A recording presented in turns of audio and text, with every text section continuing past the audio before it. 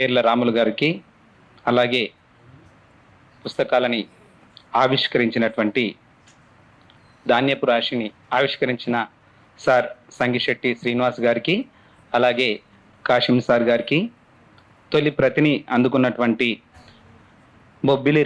బొబ్బరాం విరించి విరివింటి గారికి, అంకితం తీసుకున్నటువంటి కవి సంగమం పెద్దలకు యాకోబ్ గారికి, శిలాలులితకు, అలాగే సహవక్త దిలీప్ గారికి, సమన్వయకర్త వేల్పుల మహేష్కు, రచయితలు రమేష్ అన్న, టగుళ్ళ గోపాల్కి, అలాగే ఓపికతో వింటున్నటువంటి మీ అందరికీ ప్రత్యేక ధన్యవాదాలు.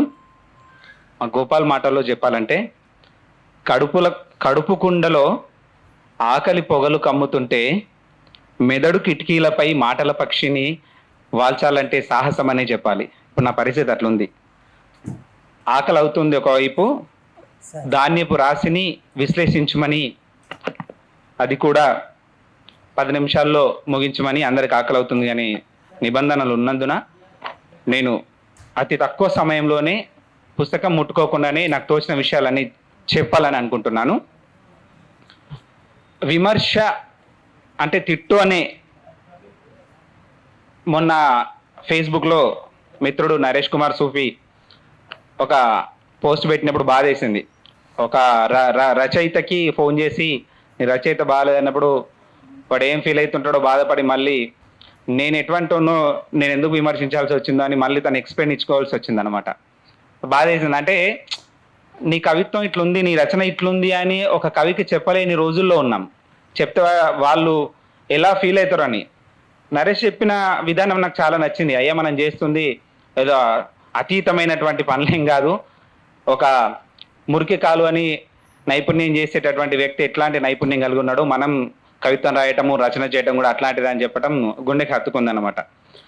అట్లాంటి రోజుల్లో మన రచనలని, అది కూడా నడుస్తున్న చరిత్రని రికార్డు చేయటం అంటే చాలా టఫ్ అయిన విషయం. ఎంత అంటే నొచ్చుకుంటారు, వీడు నా కవిత్వాన్ని లేదా నాదాన్ని ఎందుకు చేయలేదని. గోపాల్ దాదాపుగా 55 మంది గురించి ఇందులో రాశాడు, కానీ రాయని వాళ్ళు చాలా మంది ఉన్నారు. ఇవన్నీ గోపాల్కు ప్రత్యక్షంగా పరిచయం ఉన్న వాళ్ళే. పరిచయం ఉన్న వాళ్ళది రాయని ఇంకా చాలా ఉన్నాయి, వ్యాసాల రూపంలో అక్కడిక్కడ రాశాడు.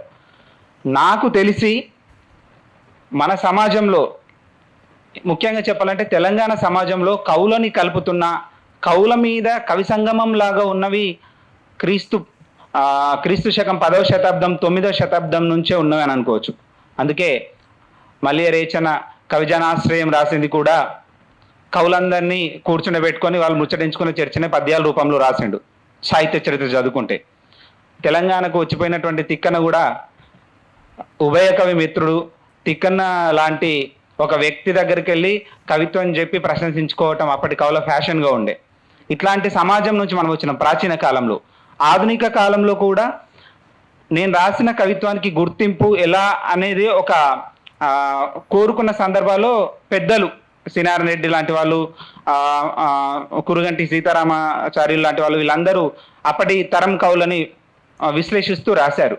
అయితే వాటికి వీటికి ప్రత్యేకమైనటువంటి ఒక ప్రత్యేకత ఉంది. ఎలా అంటే ఇందాక కాశిం సార్ చెప్పినట్టుగా, అలాగే సంగిశెట్టి శ్రీనివాస్ సార్ చెప్పినట్టుగా, లేఖా రూపంలో సార్ అన్నాడు పోస్ట్ చేయని ఉత్తరాలని. నాకు నచ్చింది, కానీ పోస్ట్ అయినాయి. బాక్స్లో పోస్ట్ అవ్వలేదు, గోడ మీద పోస్ట్ అయినాయి, ఫేస్బుక్లో పోస్ట్ అయ్యాయి. సో పోస్ట్ చేసిన ఉత్తరాలే అంతే. అయితే పోస్ట్ నిజానికి ఫేస్బుక్ మాధ్యమం మనం ఉపయోగించుకుంటే చాలా దగ్గర. ఇప్పుడు నాకు నరేష్కి పరిచయం చాలా తక్కువ, కానీ ఫేస్బుక్ ద్వారా మేము చాలా దగ్గర ఉన్నాం. నాకు గోపాల్కి కూడా మొదట ఫేస్బుక్ ద్వారానే పరిచయం. ఫేస్బుక్ మా అందరినీ కలిపింది. ఇది కవి సంగమం పుట్టింది ఫేస్బుక్ ఎక్కడైతే పుట్టిందో అక్కడ నుంచి ఫేస్బుక్లో విస్తృతంగా ప్రచారంలోకి వచ్చింది. సో ఆ ఫేస్బుక్లో పోస్ట్ చేసినటువంటి ఉత్తరాలే ఇవి. ఈ ఉత్తరాల్లో ఉండేటటువంటి విషయం విమర్శ మనం తీసుకుంటే, ఇది విమర్శ సద్విమర్శ అందమా, విమర్శ అంటే తిట్టు అనేది జనరల్గా భయపడుతున్న కాలంలో ఒక కవిని గురించి విమర్శ లేఖారూప విమర్శ అంటే ఆ కవికి సంబంధించినటువంటి కవిత్వాన్ని తడమాల, కవికి రచయితకు విమర్శకుడికి ఉన్న పరిచయాన్ని ప్రస్తావించాలా, లేకుంటే ఆ కవికి సంబంధించినటువంటి బతుకు తెరువును, లేదంటే ఎలా బతికిండో అతని జీవన ప్రయాణం ఎలా సాగింది, ఇవన్నీ చేయాలనేది పెద్ద సంశయం. సాహిత్య చరిత్ర మొదలవటమే ఇట్లాంటి దాంట్లో గురజాడ శ్రీరామమూర్తి కవుల జీవితాలు రాసినప్పుడు కూడా ఇట్లాంటివి రాసినప్పుడు, అట్లాగే కందుకూరి వీరేశలింగం కూడా సాహిత్య చరిత్ర రాసినప్పుడు కవుల జీవితాల గురించి రాస్తే పుక్కటి పురాణాలు రాసినని చెప్పి వదిలేసిండు. దానికి దీనికి చాలా తేడా ఉంది. ఎందుకంటే వెనకటికి లోకంలో ప్రచారంలో ఉన్న పిట్టకథలను అన్నింటినీ తీసుకొని ఇలా ఉంటుంది ఈ కవిలా బతికిందని రాయటం వేరు. కళ్ళ ముందు కనిపిస్తున్నటువంటి కవి జీవితాన్ని, కవి రచన శైలిని, కవిత్వ వస్తువును విశ్లేషించడం వేరు. అందుకే ఇది ఆధునిక కాలంలో ఇందాక అంటున్నట్టుగా ఆధునిక కాలంలో ఒక కొత్త ప్రక్రియకి నాంది. లేఖారూప సాహిత్యం మనకు ఉంది, అలాగే విమర్శలో లేఖ అంటే ఇద్దరు నాగిళ్ళన్న తగుళ్ళ గోపాల్ ఒక తెలివైన పని ఏం చేశారంటే, లేఖ అంటే మనం ఏం రాసినా నడుస్తుంది, కొంచెం సేఫ్ జోన్లో ఉండొచ్చు. అదే విమర్శ అంటే మిగతా దానికి ఒక నిబంధనలు ఉంటాయి అన్న ఒక ధోరణి ఉండొచ్చు. కానీ ఆ సేఫ్ జోన్లో కూడా వాళ్ళు ఎప్పుడు సేఫ్ గేమ్ ఆట ఆడలేరు. సేఫ్ గేమ్ అంటే ఏమనుకుంటే నొప్పిస్తాడని చెప్పి. నిజానికి ఇందాక కాశీం సార్ గారు చెప్పినట్టు ఒక వ్యక్తిని ప్రోత్సహించేలాగా ఉండాలి లేక, అట్లా ఉంటే వాడు రాస్తాడని. నిజానికి గోపాలు అంతకు ముందు తరం వాళ్ళ గురించి రాశాడు, అక్కడ ప్రోత్సహించాల్సిన అవసరం లేదు. అందుకే వాళ్ళ కవిత్వాన్ని విశ్లేషణలో ఇది నచ్చింది, దీని ద్వారా నేను ఇన్స్పైర్ అయ్యానని చెప్పాడు.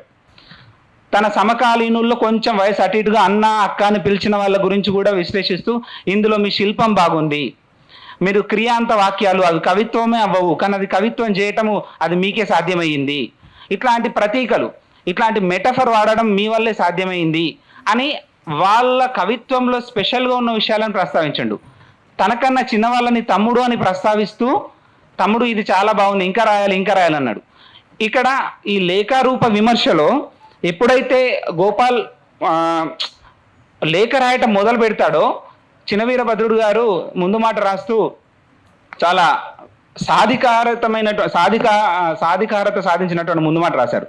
సంగిశెట్టి శ్రీనివాస్ సార్ అన్నట్టు వాళ్ళ చేత మనము గ్రీన్ సిగ్నల్ ఇప్పించుకుంటే ఇంకా మనకు తిరుగులేదు అని అన్నట్టుగా నిజంగా సారు చాలా మనసు పెట్టి లేఖలన్నీ రాసి అన్నిటినీ కోడ్ చేశాడు. ఎలా ఇందులో అదే ఇంకా కొంచెం కాపీ కొట్టినట్టు చెప్పాలంటే శ్రీశ్రీ మహాప్రస్థానానికి చలం ముందు మాట ఎలా ఉందో మా గోపాల్ ధాన్యపు రాశికి వాడ్రేవు చినవీరభద్రుడి ముందు మాట అలా ఉంది. అంటే అంత గొప్పగా సార్ చదివి రాశాడు. గోపాల్ వ్యక్తిత్వాన్ని, మనుషుల్ని కలుపుకోవటానికి ఏ సూత్రాలు ఏ ఆధారాలు ఉంటాయో వాటన్నింటినీ గోపాల్ పట్టుకోగలిగిండు. అది ప్రాంతమైన కావచ్చు, కులమైన కావచ్చు, కవిత్వమైన కావచ్చు, ఒకానొక సందర్భంలో పుస్తకం ఇచ్చిన సందర్భం కూడా కావచ్చు. గోపాల్ బాగున్నవాని పుస్తకం ఇస్తే వాళ్ళని గుర్తు చేసుకొని పలానా డేట్ రోజు నాకు పుస్తకం ఇచ్చిండు అని చెప్పి అది గుర్తు చేసుకొని ఇందులో మెన్షన్ చేసిండు. ఇలా గోపాల్ కవులకి కవిత్వానికి సంబంధించిన విషయాలను చర్చిస్తూనే కృష్ణశాస్త్రి గురించి ఒక మాట అంటారు అన్నమాట. కృష్ణశాస్త్రిని వ్యాసం రాయమంటే కూడా కవిత్వం రాసిండని. ఇది చదివినప్పుడు అవునా కృష్ణశాస్త్రి వ్యాసాలు కూడా రాసిండని పోయి కృష్ణశాస్త్రి వ్యాసాలు చదువుకున్నాం. వ్యాసాలు చదువుకుంటే ఆ వ్యాసాలు నిజంగా వ్యాసాలు లాగలేవు, మొత్తం కవిత్వం లాగానే ఉందన్నమాట. అందులో కూడా ఉదాహరణకు నేను పుష్పలావికలో ఒక లైన్ చదువుతాను. అటు పొలంలో నాగటి మీద ఒక చేయిని, రెండో చేత నుదుటి మీద చెమట ముత్యాల కొనగోటితో రాలుస్తూ కర్షకుడు కళ్ళెత్తి చూస్తూ, అదిగో ఆ దేవలాన్ని చుట్టి ఉన్న సుందర గ్రామము, దానిలో ఒక తీయని ఇల్లు ఆహ్వానిస్తుంది. ఇది వ్యాసం కృష్ణశాస్త్రిది, కానీ వ్యాసం లాగలేదు, ఒక కవిత్వ వాక్యమే ఉంది. గోపాల్ కూడా వ్యాసాలు విమర్శ రాయలేడు, మళ్ళీ కవిత్వమే రాశాడు. ఆ వ్యక్తి గురించి కవిత్వం రాశాడు. గోపాల్ రాసినటువంటి కవిత్వము, ఆ కవి సబ్జెక్ట్ ఏంటంటే ఆ కవి. ఇప్పుడు మానస చామర్తి అనే ఒక కవి రాస్తే ఆ మానస చామర్తి వ్యక్తిత్వాన్ని 4 పేజీల్లో వ్యాస రూపంలో కవిత్వీకరించండు గోపాల్. ప్రతి 500 పేజీల పుస్తకము చదువుతుంటే ఒక లేఖ అయిపోతుంది. 7 పేజీలు ఉంది, అమ్మ 7 పేజీలని అనిపించట్లేదు, 7 పేజీలు అయిపోయింది కదా ఇంకోటి అట్లా చదువుతుంటే 200 పేజీలు అయిపోతుంది ఒక్క దెబ్బకు. ఇంకోసారి కూర్చుంటే మళ్ళీ 200 పేజీలు అయిపోతుంది. ఇంత అంటే శైలి తను ఏర్పాటు చేసుకున్న శైలి స్వతహాగా కవి కాబట్టి ఎక్కడ వాక్య నిర్మాణం కానీ ఎక్కడ పెద్ద పెద్ద వాక్యాలు లేకుండా చూసుకోవడంలో గోపాలు సఫలీకృతుడయ్యాడు ఇందులో. ఇంకా ఇందాక సార్ అన్నట్టు శీర్షికలు పెట్టడంలో అది కులాన్ని, ప్రాంతాన్ని, స్వభావాన్ని దృష్టిలో పెట్టుకొని ఒక్కొక్కరికి ఒక్కొక్క శీర్షికను అందజేశాడు. ఆ శీర్షికల మీద పరిశోధనలు కూడా చేస్తుంటారు చాలా మంది. అట్లా చేస్తే ఇప్పుడు చూడండి, పూతరేకుల మనసు యశస్వి సాహితీ అని అన్నాడు, యశస్వి సతీష్ అన్న. మళ్ళీ ఇంకొక మాట ఏంటంటే అన్న లేదా అక్క లేదా తమ్ముడు, ఈ 3 పిలుపులు తప్ప ఇంకా వేరే లేవు. దానికి మళ్ళా సమర్థత కూడా ఉంది. సారు గారు అనే కృత్రిమ మాటల నుంచి మిమ్మల్ని బాపు అని పిలుచుకునే అవకాశం వచ్చింది అని చెప్పేసి శ్రీరామ్ హరగోపాల్ సార్కి చెప్పుకున్నాడు అనమాట. అట్లా ప్రతి ఒక్కరిని అన్న అక్క ఏ ఏ సాహితీకారునైనా అన్న అని పిలవడం గోపాల్కు సహజంగా అయిపోయింది, ఆయన మాటగా అయిపోయింది అనమాట. నన్ను కూడా నిజానికి ఇద్దరం సమావేశం కొంచెం చిన్నగా నాకన్నా అన్న అని పిలవడం అలవాటు మా ఇద్దరికి. మేము కూడా కలిసిన చాలా తక్కువ, ఆ తక్కువలో చాలా ఆత్మీయంగా గోపాల్ లేఖలు రాసే సమయంలో కానీ కవిత్వం పంచుకున్న సందర్భంలో కానీ చాలా విషయాలు ఆర్ట్స్ కాలేజ్ ముందు కూర్చొని రేపటికి లేట్ అవుతుంది అని అనుకుంటే అప్పటికప్పుడు చాలా కవిత్వం గురించి మాట్లాడుకొని వెళ్ళిపోయిన సందర్భాలు ఉన్నాయని చెప్పేసి సలీం గురించి రాస్తూ మాట్లాడుకుంటూ ఉంటాడు అనమాట. ఏ లేఖ చూసినా ఆ కవికి సంబంధించినటువంటి పెద్ద ఇల్లు అనుకుంటే ఆ ఇంటి ముందర నించొని ఒక నోటీస్ బోర్డు పెట్టి ఇంట్లోకి వెళ్ళాలనుకుంటే ఈ నోటీస్ బోర్డు చదివి వెళ్ళాలనుకుంటే ఆ కవి గురించి తెలుసుకోవాలంటే ఆ నోటీస్ బోర్డు ఇది.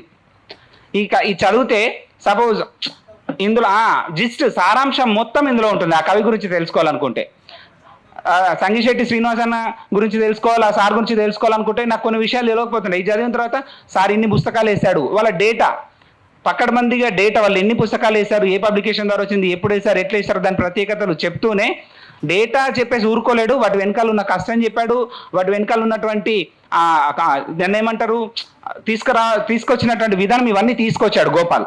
అయితే ముఖ్యంగా జీవితము కవిత్వానికి సంబంధించిన విషయాలను చెప్తూనే 3 సంవత్సరాల కాలంలో దాదాపుగా ఈ లేఖలన్నీ రాశాడు. ముందు మాటలో ఒక మాట చెప్పుకుంటాడు గోపాల్, కవిత్వం సరిగ్గా రాయలేదు అని మళ్ళీ తనే చెప్పుకున్నాడు. ఇవి రాసినందుకు చాలా సంతృప్తిగా ఉంది అన్న మాట చెప్పుకున్నాడు. నాకు చాలా నచ్చిన విషయం ఏమంటే గోపాల్ నా గురించే అందులో రాస్తూ వాక్యం క్రియలతో ముగుస్తున్నప్పుడు వచనమయ్యే అవకాశం ఎక్కువ, చాలా వాక్యాలు క్రియలతోనే ముగిసినా ఎక్కడా వచనం కనబడదన్నాడు. గోపాల్ చెప్పేంత వరకు నేను క్రియాంత వాక్యాలు రాస్తున్నానా, నాకు అర్థం అవ్వట్లేదు అని చెప్పి మళ్ళీ తడిమి చూసుకున్నాను. ఒక లేఖలో అంటే సున్నితంగా మనం అబ్జర్వ్ చేయని విషయాలను కూడా చాలా అబ్జర్వ్ చేసి అది కోడ్ చేస్తూ చెప్పాడు. ఇట్లా అందరి కవులకు చెప్పాడు. ఇందాక దిలీప్ అన్న అన్నట్టుగా కూర్చొని మన పక్కన కూర్చొని మాట్లాడుతున్నాడని రమేష్ అన్న ఎట్లా రాశాడో గోపాల్ రాసిన కవులు ఆయా కవులకి పక్కన కూర్చొని మాట్లాడుతున్నట్టుగానే లేఖలు ఉన్నాయి తప్ప ఏదో విమర్శ స్టాండర్డైజ్డ్ విమర్శ చేశాము అన్నట్టు ఉండదు. కానీ స్టాండర్డైజ్ విమర్శనే చేశారు.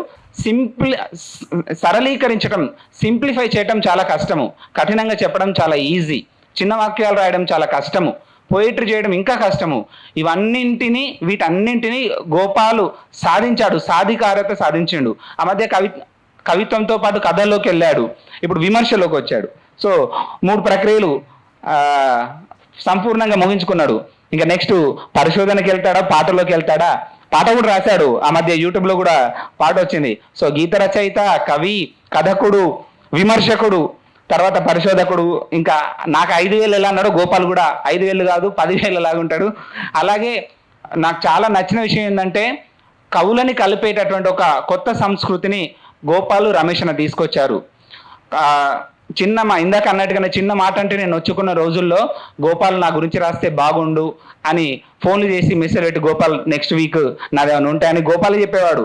ఇంకా చాలా మంది అంటారుగా గాయపడిన కవిగుండెల్లో రాయబడని గీతాలు ఎన్నట్టుగా ఫేస్బుక్లో గోపాల్కి పరిచయం ఉన్న వాళ్ళు రాయలేని కవులు ఎంతో మంది ఉన్నారు. వాళ్ళందరి గురించి 2వ శీర్షిక మొదలుపెట్టి ఆ 2వ శీర్షిక ద్వారా కూడా 2వ పుస్తకం తీసుకొచ్చి మళ్ళీ నన్నే వక్తగా పిలవాలని కోరుకుంటూ ధన్యవాదాలు అందరికీ. అయితే చిన్న విషయం, కాశీం సార్ గారికి ప్రత్యేకంగా ధన్యవాదాలు.